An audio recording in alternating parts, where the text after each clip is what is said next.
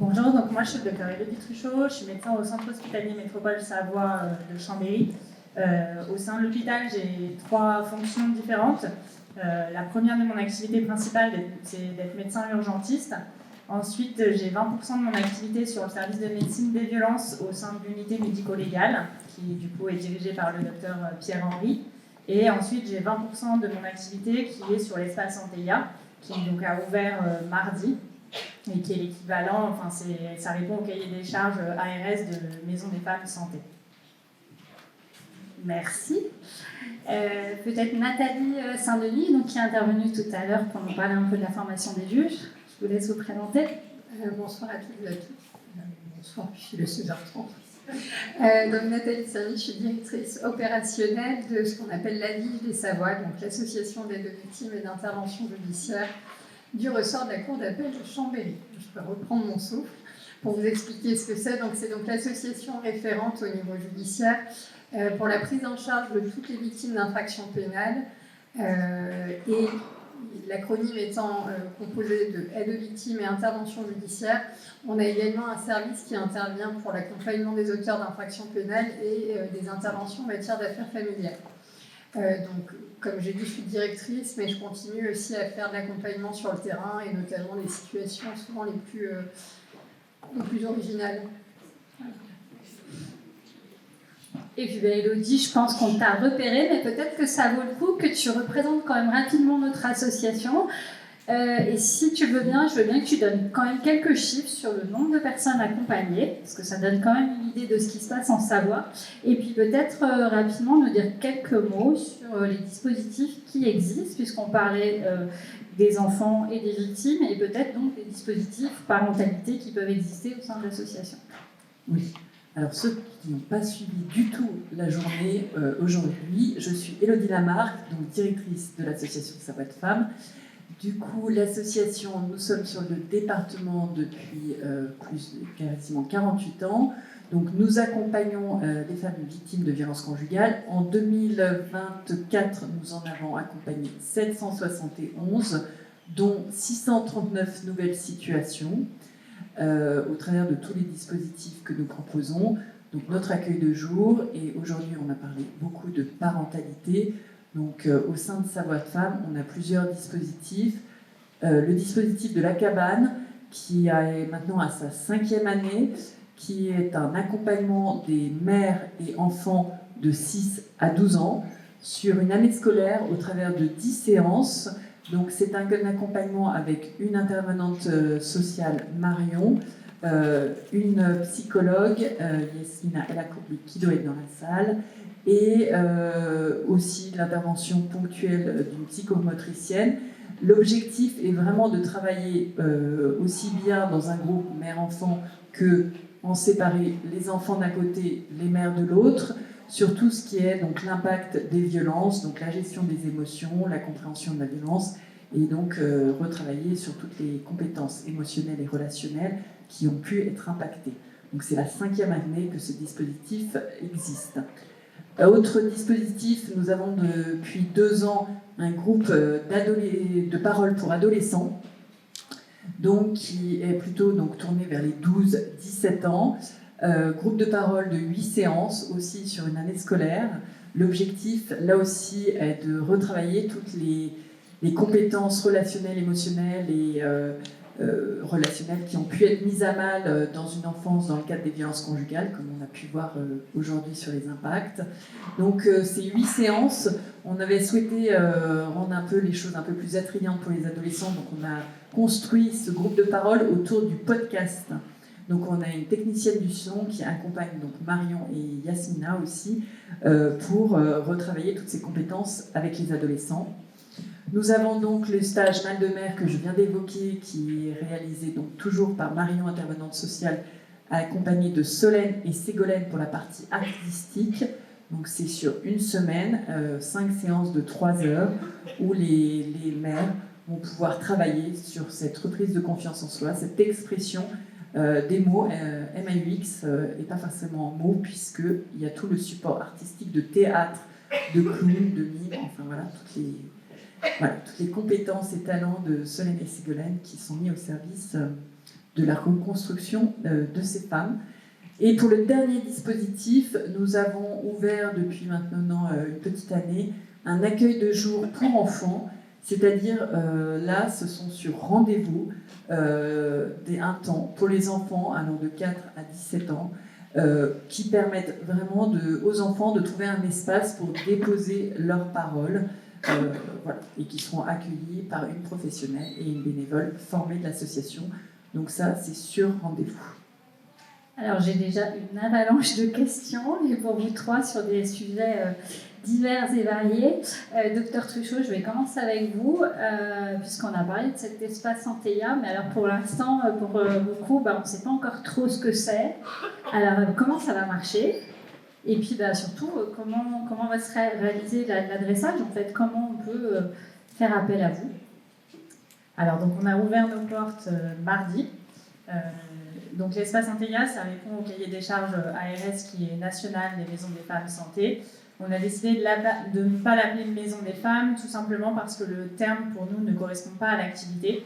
On ne fait pas d'accueil du jour, on ne fait pas d'accueil d'urgence. Donc pour ça, les associations sont déjà présentes sur le terrain avec l'association qui fait les accueils d'urgence. Les accueils de jour sont réalisés par Sa Voix de Femme. Et ensuite, on a décidé également de ne pas accueillir que des femmes. Donc les violences conjugales, ça correspond à 86% de femmes, mais il y a quand même une partie non négligeable d'hommes.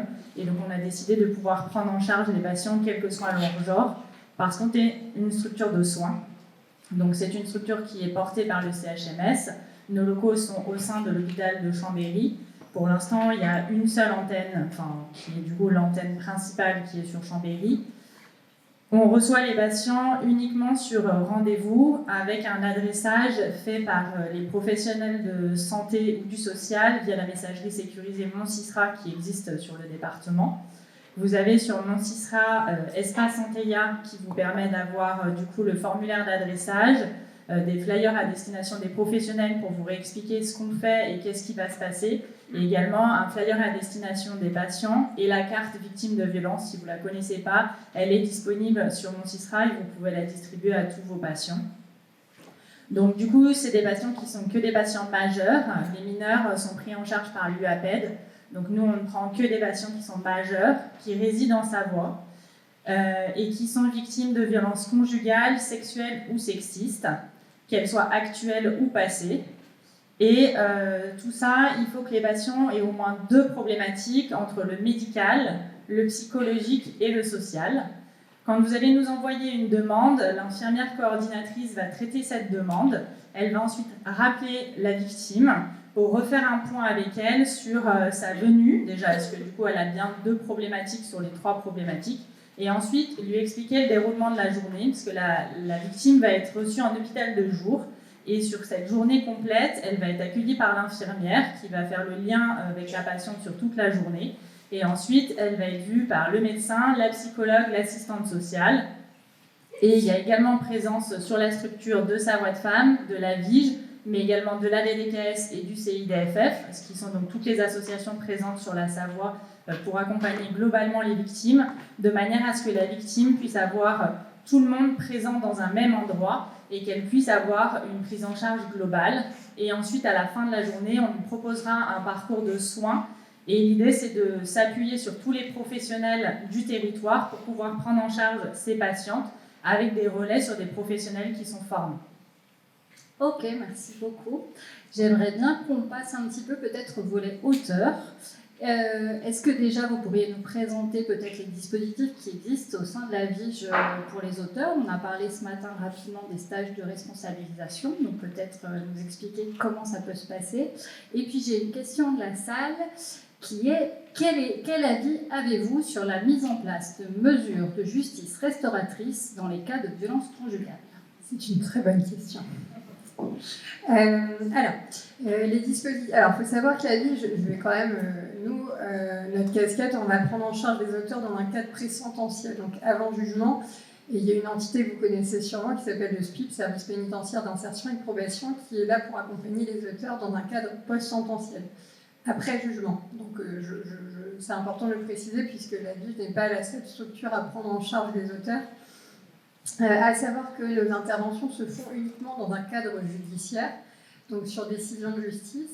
Et en matière d'accompagnement des auteurs de violences conjugales, on va intervenir spécifiquement dans le cadre du contrôle judiciaire. On va d'autant plus intervenir dans le cadre des contrôles judiciaires avec l'éviction de l'auteur de violences conjugales. C'est-à-dire qu'il y a des dispositifs spécifiques qui sont mis en place, et ici notamment avec la SASON, où l'auteur va être orienté sur un hébergement dans le cadre de la procédure avec un accompagnement socio-judiciaire. On va également intervenir dans le cadre des stages de responsabilisation de violences conjugales, et on a un autre stage qui est un petit peu, qui est également en lien, qui est le stage de responsabilité parentale.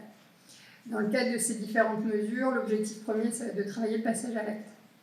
À savoir que pour travailler ce passage à l'acte, il faut qu'on travaille toutes les résistances en amont, donc les résistances qui vont être liées déjà à la mesure, qui est très souvent incomprise ou mal vécue, donc ça va être la première étape.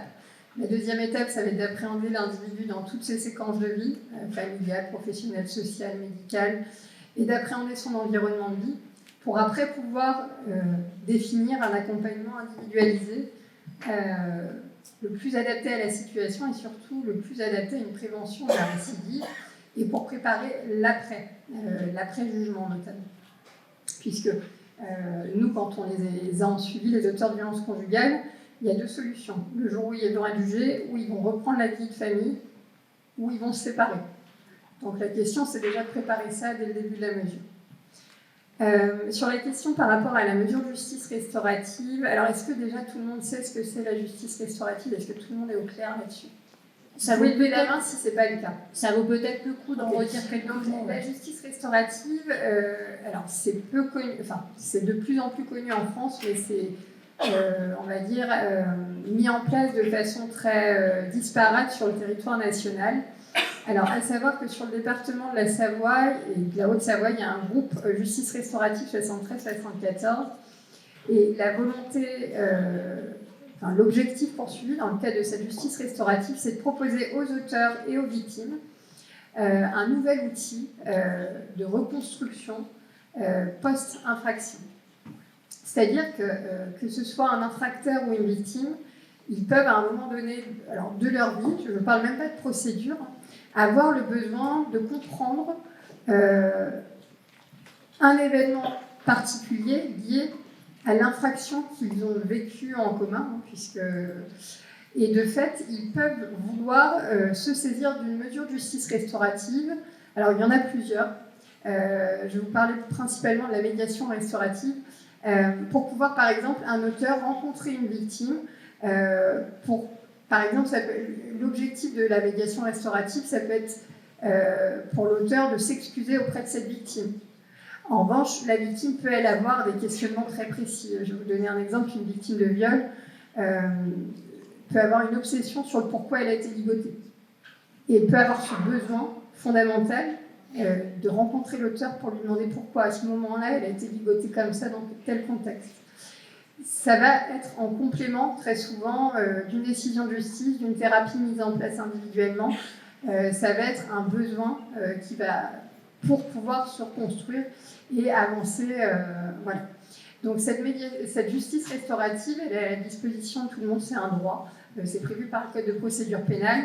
Encore faut-il savoir qu'elle existe et qui contacter. Alors pour qui contacter, faut nous contacter, nous, la Lige des Savoies. Et nous, on fait le relais après au niveau du groupe pour pouvoir mettre en place la justice restaurative, pour pouvoir s'assurer qu'elle peut être mise en place dans un premier temps et pour pouvoir démarrer le processus.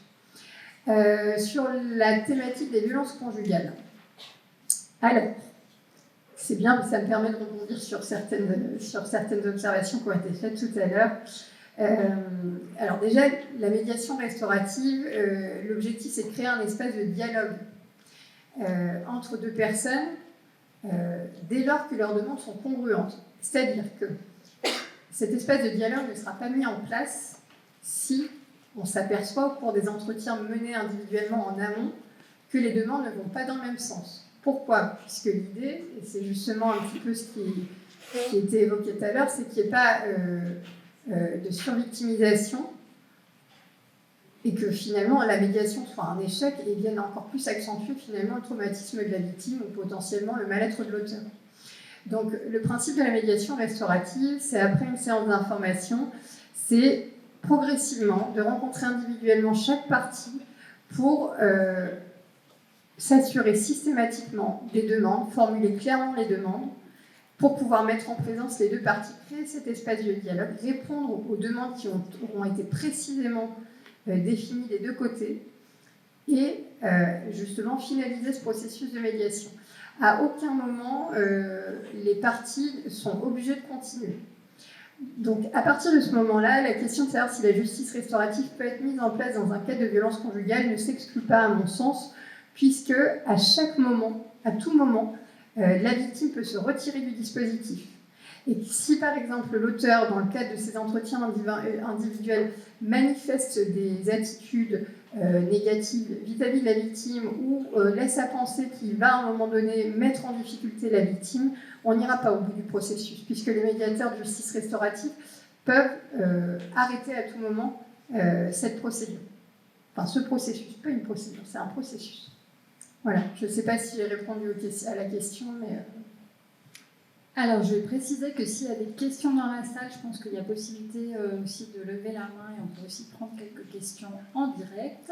Et sinon, je vais aller piocher donc dans la banque de questions.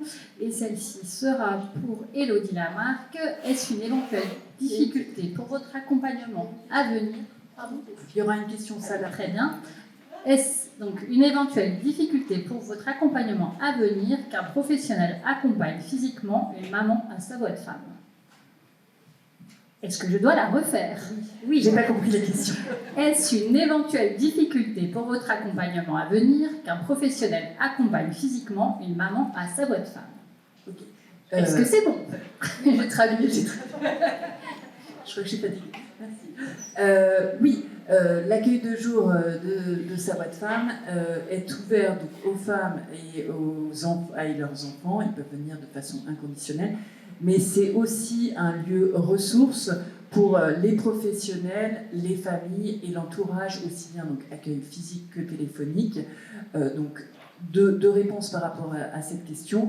Oui, vous pouvez en tant que professionnel accompagner une femme sur notre accueil de jour ou lors d'un rendez-vous.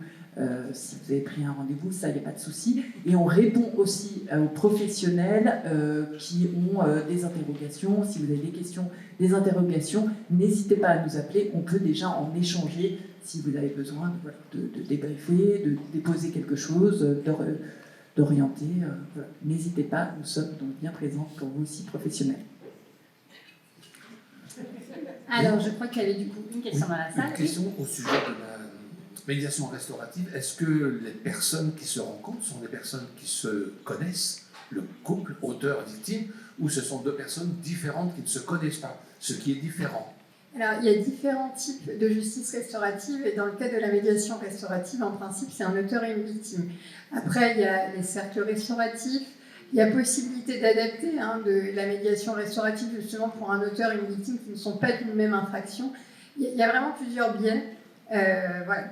Mais nous, tel qu'on la met en place, en tout cas sur le territoire, et ce pourquoi on a été formé, c'est la rencontre auteur-victime directe de la même infraction. Sur la justice restaurative, donc, ne pas regarder ce soir peut-être, mais le film Je verrai toujours vos visages est un film... Il va falloir tout traduire. Je verrai ou je n'oublierai jamais vos visages? Je n'oublierai jamais vos visages, ok. Film qui porte sur la justice restaurative, qui présente vraiment les deux options. C'est vraiment un outil intéressant parce que c'est à la disposition. Enfin, il n'y a aucune obligation à aucun moment en fait. C'est-à-dire que même si on s'engage dans cette justice restaurative, on peut s'en désengager à tout moment.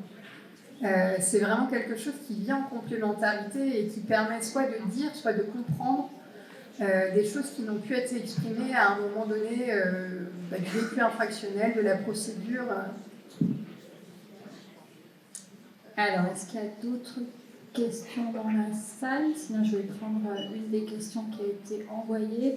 Donc il y a une série de questions qui portent sur les victimes et finalement que faire quand les victimes n'ont pas conscience d'être dans un système effectivement où il y a de la violence.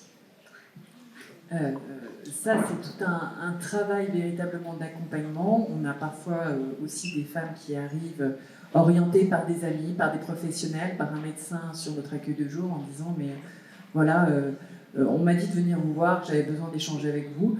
Et c'est vraiment tout le travail aussi des professionnels de présenter l'emprise, de déconstruire, d'échanger avec les personnes. Après, vos questions dans vos pratiques, vous pouvez avoir aussi des outils, des supports qui vous aident véritablement à échanger. Bien sûr, il y a le violentomètre qui est très connu. Moi, j'aime beaucoup le relatiomètre. Vous avez peut-être vu, c'est un des kakémonos qui était dans le hall. J'aime beaucoup le relatiomètre. Alors, c'est savoyard. Au-delà de ça, je trouve aussi qu'il est beaucoup plus doux pour échanger et qui questionne peut-être plus largement qu'un violentomètre. Si on met à quelqu'un le violentomètre dans les mains, on oriente quand même un peu la réponse. Que relatiomètre, on est tous en relation, donc ça peut être un questionnement.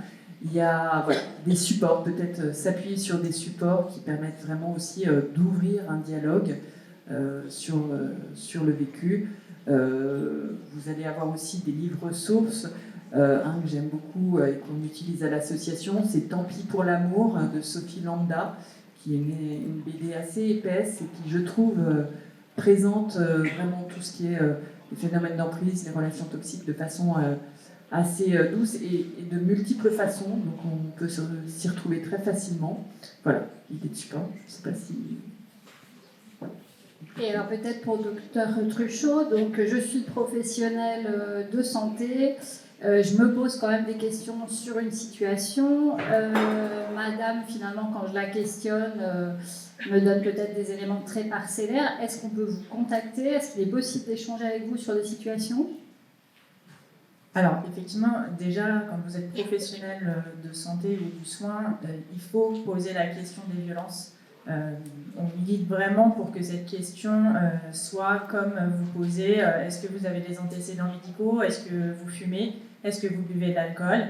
Subissez-vous ou avez-vous subi des violences au cours de votre vie? C'est la question que vous voulez ou à laquelle vous vous sentez à l'aise avec, mais posez-la et posez-la systématiquement à tous vos entretiens. Peut-être que la victime vous répondra une première fois non, mais elle saura qu'en tout cas vous êtes capable d'entendre la réponse vu que vous posez la question. Et donc ça, c'est vraiment important de le mettre dans vos entretiens systématiques, que ce soit une femme, un homme, peu importe en fait. Vous êtes là et vous posez la question. Les violences sexuelles chez les hommes, c'est quand même loin d'être banal.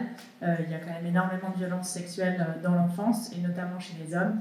Donc posez ces questions, et peut-être que ça vous apportera aussi un éclairage un peu nouveau sur vos patients, sur ces patients qui ont des pathologies chroniques, des maladies inflammatoires, des troubles parfois dépressifs, sur des choses que vous avez du mal à comprendre, vous avez l'impression qu'il vous échappe quelque chose.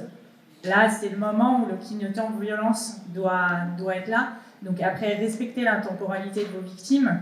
Voilà, on verra. Peut-être qu'un jour, elle vous dira qu'effectivement, il y avait de la violence. Peut-être que là, elle n'en a même pas, elle, conscience. Mais en tout cas, posez les questions. Ensuite, donc, en médecine légale, vous ne pouvez pas nous solliciter directement. On est par contre là, toujours pour vos conseils.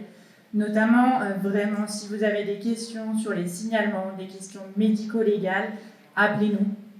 On sera toujours là pour y répondre, pour vous conseiller. C'est important face à un signalement, quand vous vous posez la question. Alors, on peut signaler des violences conjugales et on doit même, dans certains cas, signaler des violences conjugales en tant que professionnel, notamment quand il y a un danger immédiat, quand il y a de l'emprise, quand on est dans la violence conjugale. Dans ces cas-là, il faut signaler la violence. L'état de grossesse est un état de vulnérabilité et la vulnérabilité fait qu'on doit signaler les violences. D'accord ? Donc c'est important, ces signalements, ils sont parfois pas assez bien faits, pas dans la qualité de la rédaction, plutôt c'est qu'on se pose la question, est-ce que je vais le faire, est-ce que je vais pas le faire? En général, si vous vous posez la question, c'est qu'il y a un danger et c'est qu'il faut le faire. Donc on est là pour vous accompagner, parce qu'un signalement c'est toujours mieux quand on est accompagné, quand on en a discuté.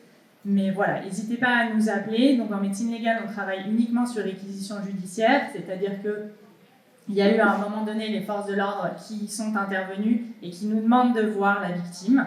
Sur réquisition judiciaire, la consultation, donc c'est pour ça que maintenant on ne veut plus s'appeler unité de médecine légale, parce que ça fait très peur aux victimes.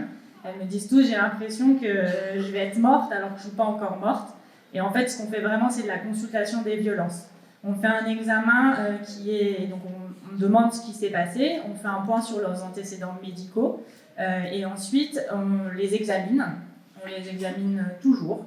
Du coup, on regarde toute la peau, qu'elles viennent même que pour des violences psychologiques, parce que du coup, elles peuvent rapporter des violences psychologiques d'un auteur, et finalement, par exemple, c'est le fils qui maintenant la violente. Donc on peut avoir quand même des lésions qu'on ne s'attendait pas, donc c'est pour ça qu'il y a quand même un examen clinique de toute la peau, et ensuite on fait un examen également psychologique sur les retentissements des violences psychologiques, et on fixe ce qu'on appelle une ITT, donc une incapacité totale de travail. Une ITT n'a rien à voir avec l'arrêt de travail, c'est une mesure finalement, c'est dire au juge quelles sont les blessures et à quoi ça correspond pour lui, parce que le juge il n'est pas médecin et donc il ne comprend pas ce que ça veut dire. Donc c'est traduire un langage médical en un langage judiciaire. Donc voilà, la médecine légale par contre en tant que professionnel vous pouvez nous appeler, et sur Anteia par contre il n'y a absolument pas besoin qu'il y ait un parcours judiciaire. Nous, peu importe le parcours judiciaire, voire même si ça permet d'accompagner ensuite un parcours judiciaire, pourquoi pas. Je pense que le message qu'il faut avoir en tant que professionnel de santé, notamment l'accompagnement des violences conjugales, c'est très frustrant. On voudrait qu'elles sortent tout de suite de la violence. On a plein de grandes idées, on aimerait que ce soit comme les médicaments qu'on donne, on lui donne un médicament et puis hop, tout est bon, tout est magique. Non, en fait, ça ne se passe pas comme ça. Il faut respecter la temporalité de chacun. Et au moment où l'entrée en judiciaire va arriver, comme on l'a dit, quand la victime sort des violences, il peut y avoir une explosion de la violence. Il y a souvent une explosion de la violence et c'est mieux vraiment si la victime y est préparée, si elle a rencontré les différentes associations, si elle a cet étayage-là de chacun des professionnels qui va pouvoir l'emmener, la conduire dans ce parcours judiciaire qui va être long, qui va être douloureux, qui va ramener beaucoup de traumatismes parce qu'il faut tout rappeler, il faut tout reparler, et c'est long, c'est dur. Donc vraiment l'accompagnement judiciaire, c'est important qu'il soit étayé et par tous les professionnels qui peuvent être là, qui peuvent l'entourer, que ce soit des professionnels du santé, du social, l'ensemble des partenaires du parcours. Merci beaucoup. Alors, je vais demander à Carla de revenir parce que, comme je suis très douée avec la technique, je n'ai plus les questions sous les yeux. Elle est en bas, Carla. Elle est en bas. Bon, et ben, on va se débrouiller ensemble. Du coup, j'avais quand même une question qui est arrivée et qui disait finalement, les auteurs peuvent être parfois très menaçants vis-à-vis des professionnels. Et alors, que peut-on faire dans ces cas-là? Comment peut-on agir vis-à-vis des auteurs? Alors, s'ils sont très menaçants, je crois que les 17 ans, quand c'est menaçant, on peut continuer à discuter, mais s'ils sont très menaçants, vous ne mettez pas en danger.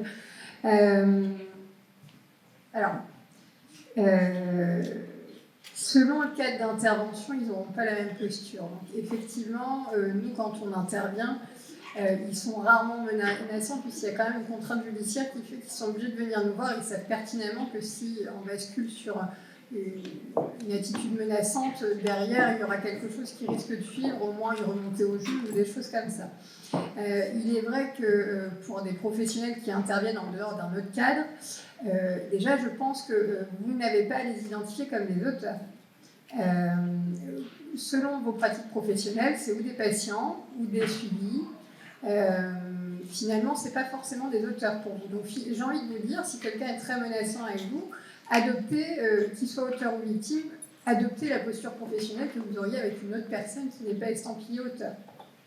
C'est assez important parce que si vous... alors ça doit être pris en compte dans l'accompagnement, alors surtout si vous accompagnez la famille, madame, monsieur, dans le même service. Pour autant, ça ne doit pas altérer votre accompagnement. L'auteur a le droit au même accompagnement social que la victime, si tant est que ça ne vienne pas alourdir les difficultés conjugales ou la problématique de violence. Pourquoi ? Parce que si vous prenez trop en compte ça, vous allez peut-être vous-même vous freiner dans votre accompagnement, et finalement, l'étayage social sera un petit peu, enfin social ou autre, hein, je prends social.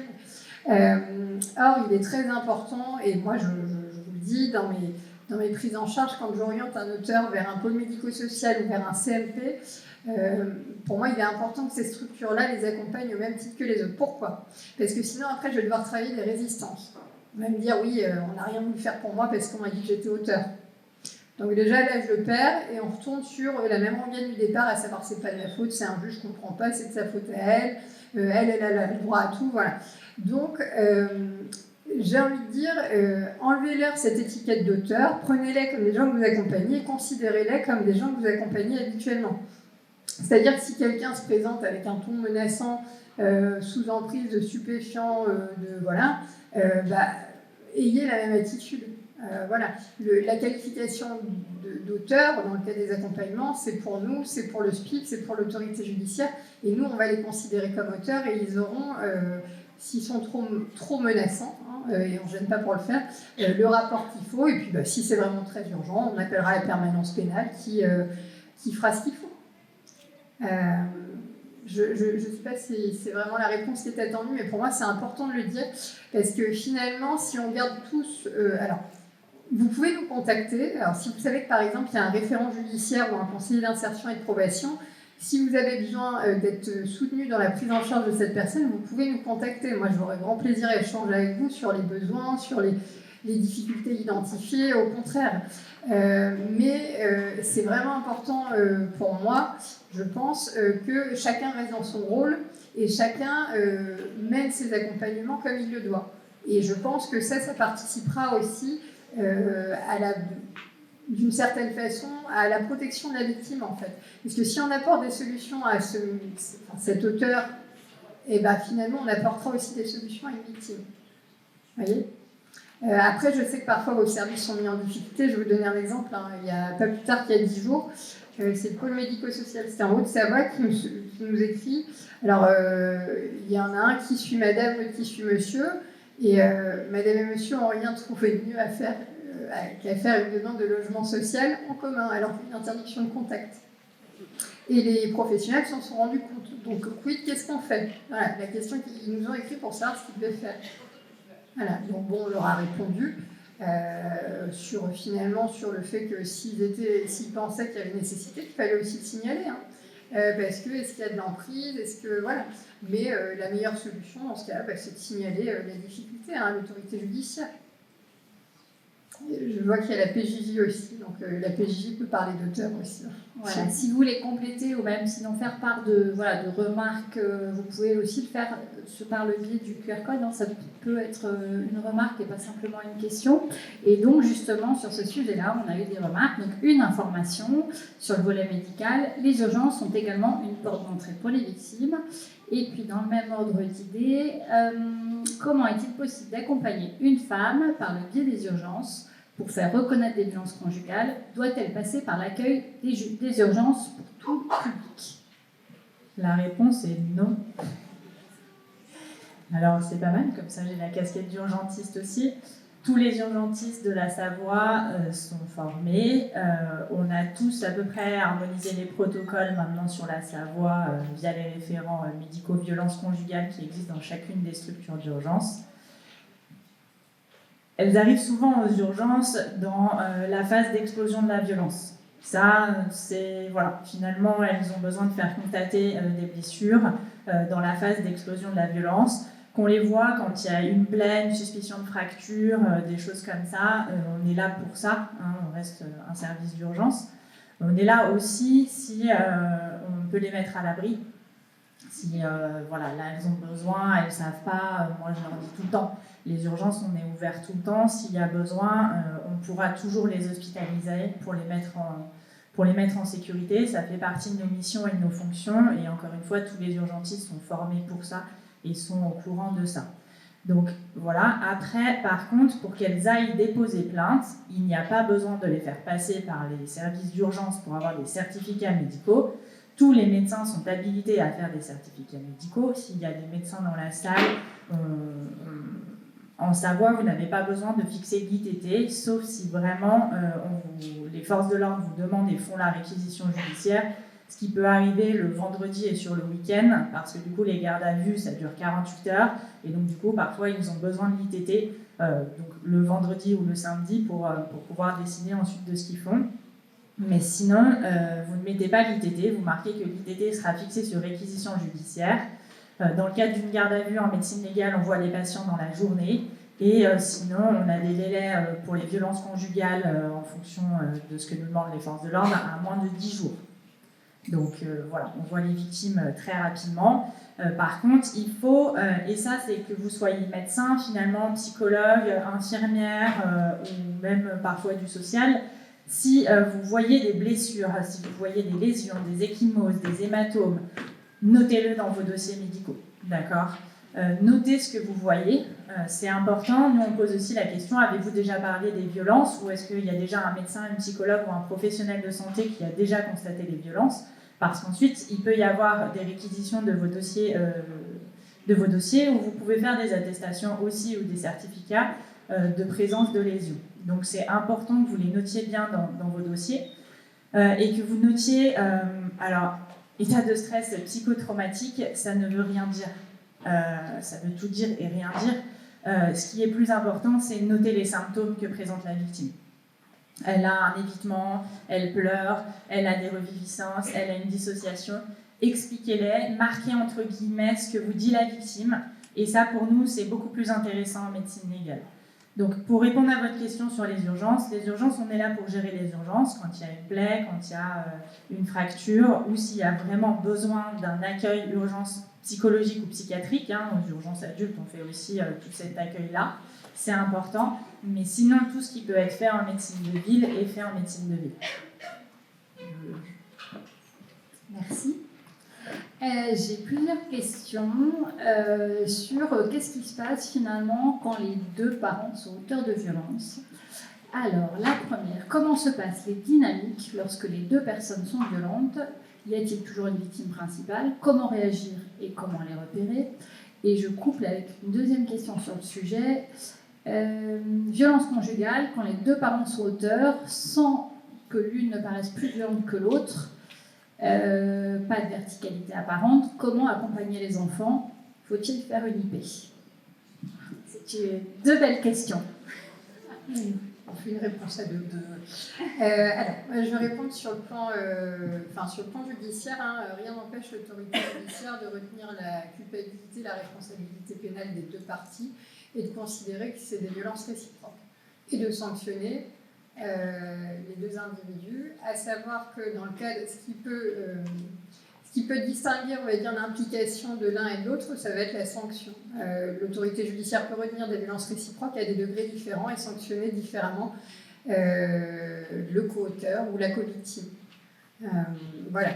Après, très souvent, il y a une enquête d'environnement même normalement c'est systématique, une enquête d'environnement qui permettra de voir si c'est récurrent, si finalement habituellement il y en a un qui peut-être est plus victime que l'autre.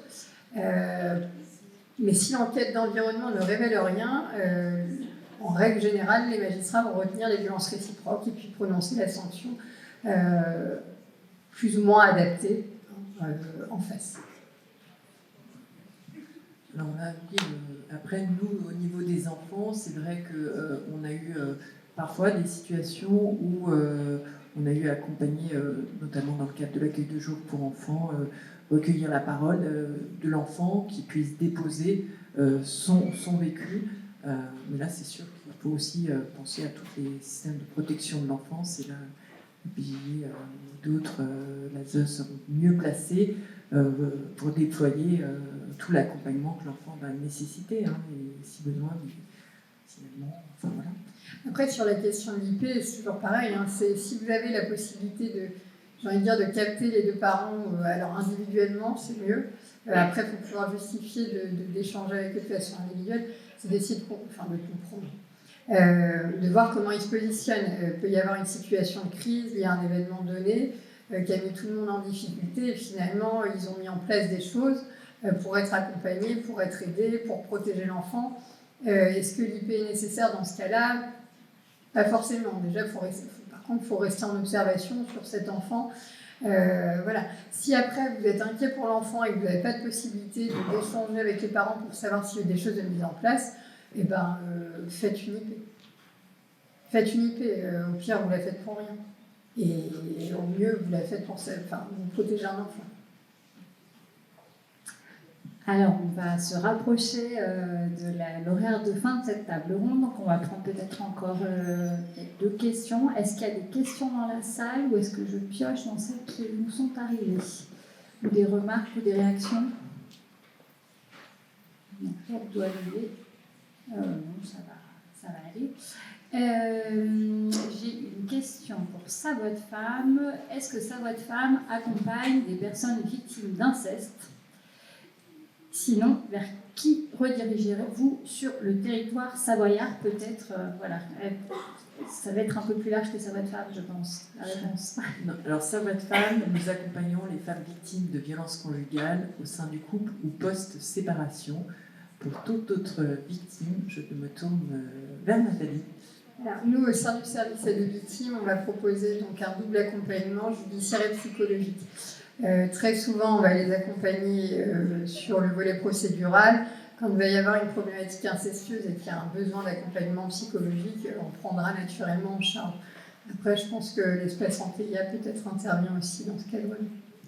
Alors nous, on interviendra bien sûr sur tout ce cadre-là pour les majeurs et pour les mineurs. Vous avez l'UAPED quand même qui existe sur la Savoie, qui est l'unité d'accueil pédiatrique enfance en danger, qui fait aussi partie du service de médecine des violences, qui est là, lui, à la fois pour faire l'accompagnement des patients sur réquisition judiciaire, avec un accompagnement global où le patient est pris en charge de son audition au centre hospitalier en audition Mélanie, avec l'examen dans le même temps médico-légal, tout ça avec l'accompagnement maintenant d'un chien d'assistant judiciaire, et l'UAPED travaille aussi sans réquisition judiciaire dans le cadre de consultation.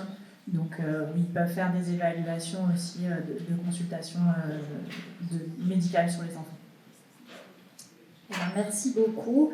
Je pense donc on va conclure. Peut-être pour chacune d'entre vous dire, voilà, s'il y a un message simple que je veux faire passer, quel serait-il? Peut-être répéter quelque chose qui vous semble essentiel dans ce que vous avez pu nous dire jusqu'à présent.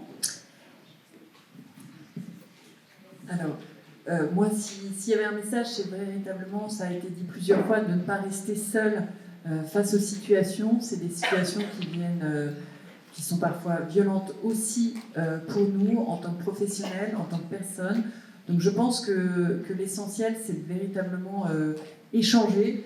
On avait le souhait aussi de présenter un peu ce qui était existant en Savoie pour que vous ayez le maximum de réponses ou au moins de pistes que vous pouvez explorer quand vous vous sentez en difficulté.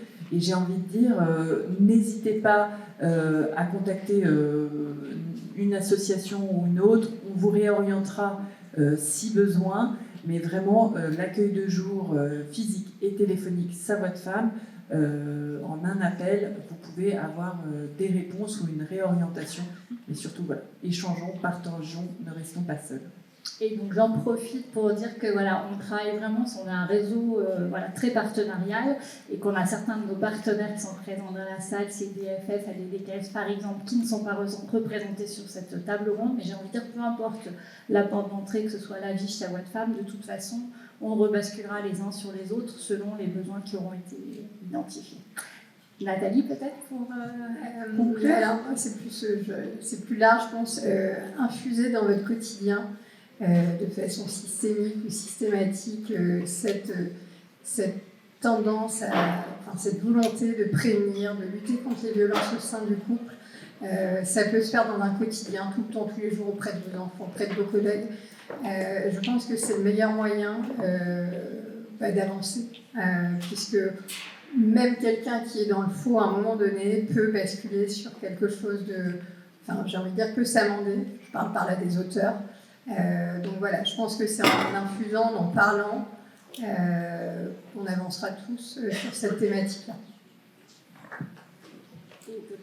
Et moi, alors mon équipe m'a demandé de préciser une petite chose, c'est qu'il n'y a pas besoin de certificat médical pour aller déposer plainte. Voilà. Donc, je fais cette petite aparté. Et dans les choses à retenir, poser la question des violences et respecter la temporalité de la victime. Merci beaucoup. Merci à toutes les trois. Merci Élodie et Nathalie pour cet échange. Merci Blandine pour cet accompagnement. Je vais donc rapidement clôturer cette journée. Merci beaucoup pour votre écoute, pour votre présence. L'accès au replay vous sera communiqué et sera aussi communiqué sur nos réseaux, donc n'hésitez pas à nous suivre. Je tiens à remercier, un grand merci à toute mon équipe salariée et bénévole de Savoie de Femmes qui, sans elles, sans eux, il n'y aurait pas eu cette journée. Donc merci beaucoup pour cet investissement.